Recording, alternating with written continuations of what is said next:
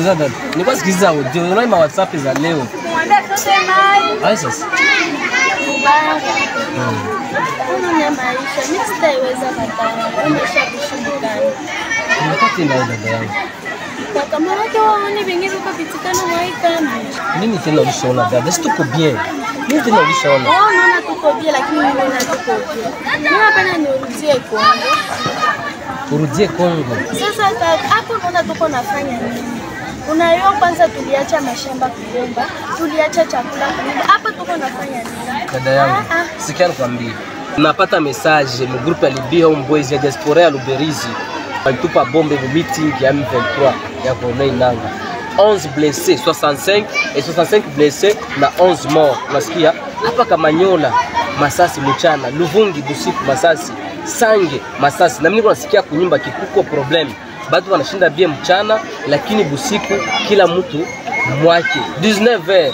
Ona maisha tutaiweza tena. Sasa kakangu, mimi nitafanya hapa kwanza kuko kolera. Kuko kosa mai ya kutoga, chakula ni shida. Mtu hapo na shida, ngaangalia naye moshi. Mimi sitaweza. Bora kama ni kwenda kufa, naitika nikuwe mbolea ya Kongo nende nikufie Kongo, lakini hapa sitaweza kusportia maisha mkani. Mimi sitaweza. Dada yangu, hakuna kenye kinakuwaka na mwanzo haipati na mwisho. Kwa wanakosa hii chakula hisi tuko napata. Tuvumilie kwanza. Wacha tuvumilie kwanza. Mimi niko napata ma message mu group hapa za WhatsApp. Hali yakuwa sawa. Medeki hali itakuwa sawa. Tutarudia. Mimi siona problem ya nguvu. Tuvumilie kwanza hii maisha. Unasikia? Kurudia sai kama vingine wanarudia na sisi tutarudia amani kikua. Tuvumilie kwanza hii hali. Hakuna kitu kingine ya kufanya. Dada yangu. Sawa, kuna gizi ya kuvaa, lakini haiko hivyo ndio tulikuwa naishi Kongo.